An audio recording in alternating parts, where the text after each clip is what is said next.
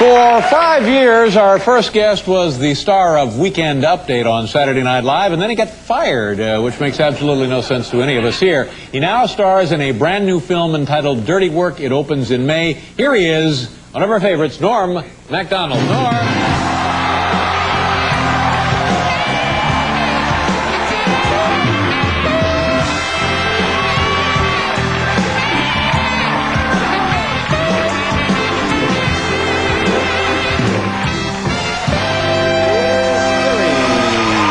You look good, Norm. The crowd goes crazy. Thank you very much for being here. Thanks, man. Welcome to the show. Thanks for having me. Yeah. You know, Norm, the last time you were here, it was a traumatic, difficult situation because I believe it was like the day after you had been released, kind of undone, let go. Yeah, like it was that very day. That very day. Yeah, yeah. Well, how has it been since then? Well, it's been weird, you know, like, it's been weird. You were just fired, as it turned out, right? Yeah, I got fired. Right. And then when I was talking to you on the show that day, because this guy, Don Ohlmeyer, fired me, and I didn't know the guy, you know, and you kept saying, like, he's an idiot, he's a pinhead, you know, and stuff like that. And I would say, like, he's a good guy, you know. And turns out you were right.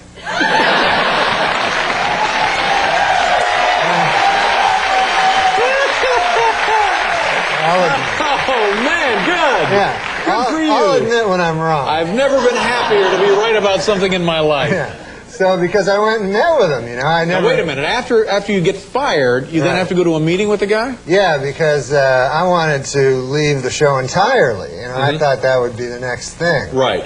And so, and then, you know, I talked to all these guys I pay money to, you know, and I go, hey, how about you guys figure out something there, you know? And then they're like, well, we were talking to this one guy that said that he maybe could do, you know, and it took forever. So I said, how about I just go talk to the dude that fired me? Face to face, mano a mano. It shows great courage, great class, grace, I believe, on your part. Yeah, well, I'm a courageous, classy dude. So I go. I have to go to his office there. He lives in Hollywood, California, you know. And he's a big shot, this guy, Don Ohlmeyer, a big shot. Oh, yeah. One of these guys comes to work very early and spends most of the day selecting monograms. You know, that's what he does. Yeah. Yeah. So his office is like, I went to his office, and it's this big office, you know, and then you go in there. I'm not used to these things, you know. I'm just a guy used to nightclub, you know, smoking nightclubs. You're a hard-working guy. Yeah. So I go in there, and that guy, Don Ohlmeyer's there, so I go, how you doing? And we talk, and he... Well, how was that? Was it cordial? Was it a bit icy? No, it was cordial. He gave me a lighter. For being, like, it's what, a parting gift? Well, he's giving you what? He had a lighter, you know, and he goes, hey, you want a lighter? And then he gave me an umbrella.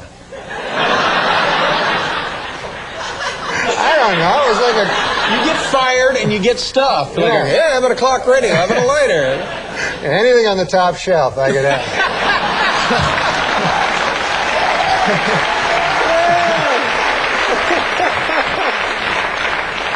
So I just said to the guy, I said, listen, man, because I appreciate that you don't think I'm funny. That's fine. Now, that was the issue. That seemed to be the turning point. Don Ohlmeyer didn't think you were funny. Exactly. Right. Now, in your assessment of him in this meeting, is he a funny guy? Well, it's not his job. His job is picking up them monograms. Yeah. But he's one of these guys, he fancies himself creative, doesn't he? Yeah, well, I suppose. I mean, well, you know, I worked for Don Ohlmeyer when I was at NBC for years and years and years, and I know the guy. Yeah. And here's a guy who could not create gas after a bean dinner.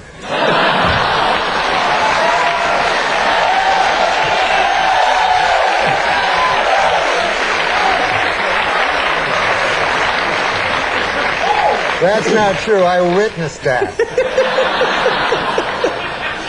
No, the thing was, I said, okay, so you think I'm not funny? That's fine, you know, who cares? But I said, why don't we just all quit, leave the show, right? You keep your money, because you don't want to pay money to a guy that's not funny. Exactly. And then I'll go try to be funny somewhere else. Perfect point. And then he didn't like that idea. Why not? I don't know, because it seems to me that, because, you know, there's other networks, there's CBS. Well, other networks, sure. Yeah. And so my contention was, I thought he would love that idea, because what better for his network than to have an unfunny guy on another network? Exactly, that's right. He can't have it both ways. Yeah, he can have it both ways, apparently. He's a Quisling? Yes. No.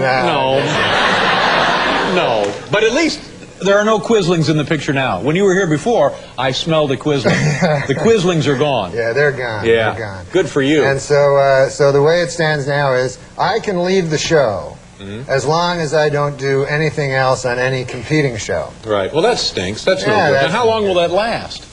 God, I don't know, man. It's as long as Contractually, how long are you bound to them? I'm bound to them contractually. It's all, you know, stuff that I'm not that familiar with. But in the meantime, they are continuing to pay you, right? Yeah, they pay me, and I go to the show and hang out. Yeah. Now, what is that like, being around your old friends on the show? Do they like having you there now or not? Well, everybody's kind of uncomfortable. Nobody wants, you know, everybody's uncomfortable. Sure. And they'd be glad to see me go, and I'd be glad to see them see me go. And just this Don Ohlmeyer character, you know, is, I don't know. I don't know how this... You know what you should do, though? You should come here to CBS and get a show right here. You should come to CBS and make Pretty Boy, make Mr. Cufflinks, make Don Ohlmeyer do this show.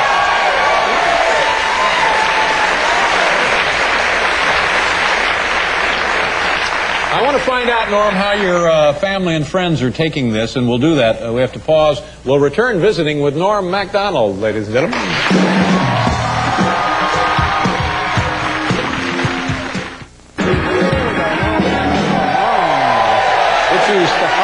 Kid who invented the talk underwater thing. Well, I would guess that one of the good things about this, you had some time off. Have you taken some vacation? Have you gone anywhere, traveled? Yeah. I went. I wanted to get away from all the showbiz, crazy showbiz. Yeah. So I decided I'd go on a vacation. You know. Right. And I don't like to go to hotels, because all my years of doing my nightclub act, I don't like hotels. Yeah.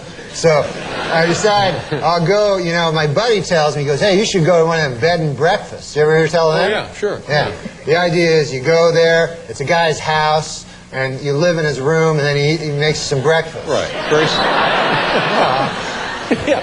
It's a thumbnail. Yeah, know. that's it, sure. So I looked one up on the internet there, and I found one. I went to Vancouver Island, Victoria, which is beautiful. Oh, my God, it's God's little country. And so I go there, and I look up my place where I'm supposed to go. I have it on a little piece of paper, and I knock on the door, right? And there's no answer. So I knock again, and there's still no answer. So finally I look like in the window there, and there's an old man sleeping on a couch, you know? Yeah. So I bang on the door, ringing the doorbell, you know? So finally I hear like, hey, keep your pants on there, you know, from the inside. And he comes to the door, old guy, you know, but I'd say 80, 85 years old. Old Harold Delaney was his name. Harold Delaney. Yeah, nice enough gentleman, you know. And so I get in there, and I says, well, I better go to sleep. There's no one else there, you know. Like, I thought it'd be like a whole bunch of people in different rooms, you know. Yeah. And it was just me. Yeah. So I go up, and I go to sleep, and I'm ready to go to sleep, and a knock comes on the door, right? A knock on my bedroom door. Right. So I figure, uh-oh, old Harold Delaney wants to have sex with me there. You know? And,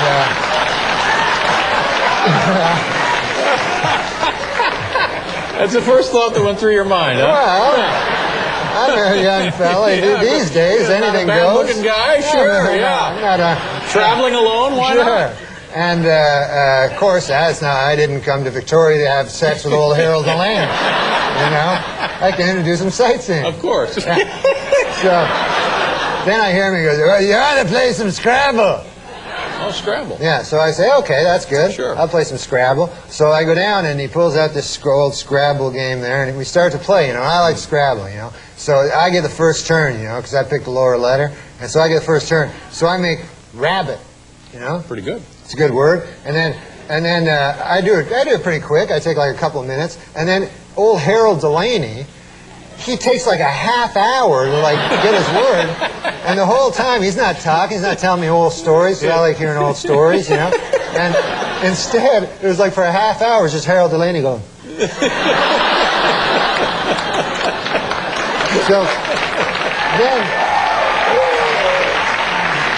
So then after a half an hour of that, you know, I'm just sitting there. He comes up with his word. It's hat. That's his word, yeah.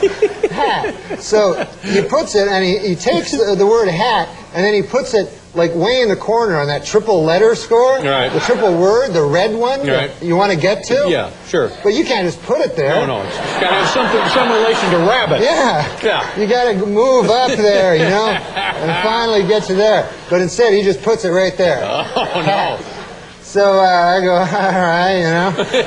And so then it's my turn, you know. I do something, and quickly, and then again, the same thing, like, you know. And then time going by, and then every word, and I was coming up with good words, you know. I had sleigh, you know, a sleigh ride, and avocado. Whoa. It was a 7-letter word. Yep. You get 50 extra points. I'm still way behind him. He's just freelancing the board.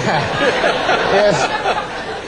And so finally I decided I'm going to, like, I got to say something, you know. So and all his words were like cup and hat, and I think it was just like things he'd see around the room, you know. And so I'm playing excellently. I should be in the lead, but instead I'm like 1,000 points behind. And finally, like, I got to say something, you know. So he puts boot, you know, up on this triple, and it really annoyed me because I was building towards the triple letter, and he just puts boot, and so I said, finally, I got to say something here, and I go, hey, old Harold Delaney there, I don't know, you can't put boot there, and then he goes, you never heard tell of a boot? So I go, no, I know what a boot is. I'm just saying. He goes, hey, if a fella goes out there to wear a boot. So I go, no, I know what I made avocado. I know a boot. You know? And it just took him forever. And I think, and also I noticed a weird thing. There were no blanks. You know, you have the blanks in the game, and it's always good to use any letter, right? Yeah. I realized there's no blanks in this game, and I figured old Harold Delaney must have, when he got the game, figured, what the hell is that, you know, and thrown it away. Can't use it. Yeah. Now, how was the breakfast? Did you have the breakfast? There was no breakfast. I got up the next day. I was so hungry from playing Scrabble all night. So I says, hey, Harold, how you doing there? How about some breakfast? And he goes, I've never been much for breakfast. So I go, oh, all right. So I go, I guess I'll go down to MacDonald's and pick up some breakfast or something, Harold. And he goes, can you get me an egg McMuffin? It's crazy. Norm, you got a movie coming out here, Dirty Work. Oh, yeah. Opening May 15th. So things are looking good for you. Yeah, that's going to be a good movie. Good for you. You're landing on your feet, buddy. That's what I like to see. Yeah. Nice to have you here. Unless the movie stinks. No, the movie will be... Yeah, Norm MacDonald, ladies and gentlemen.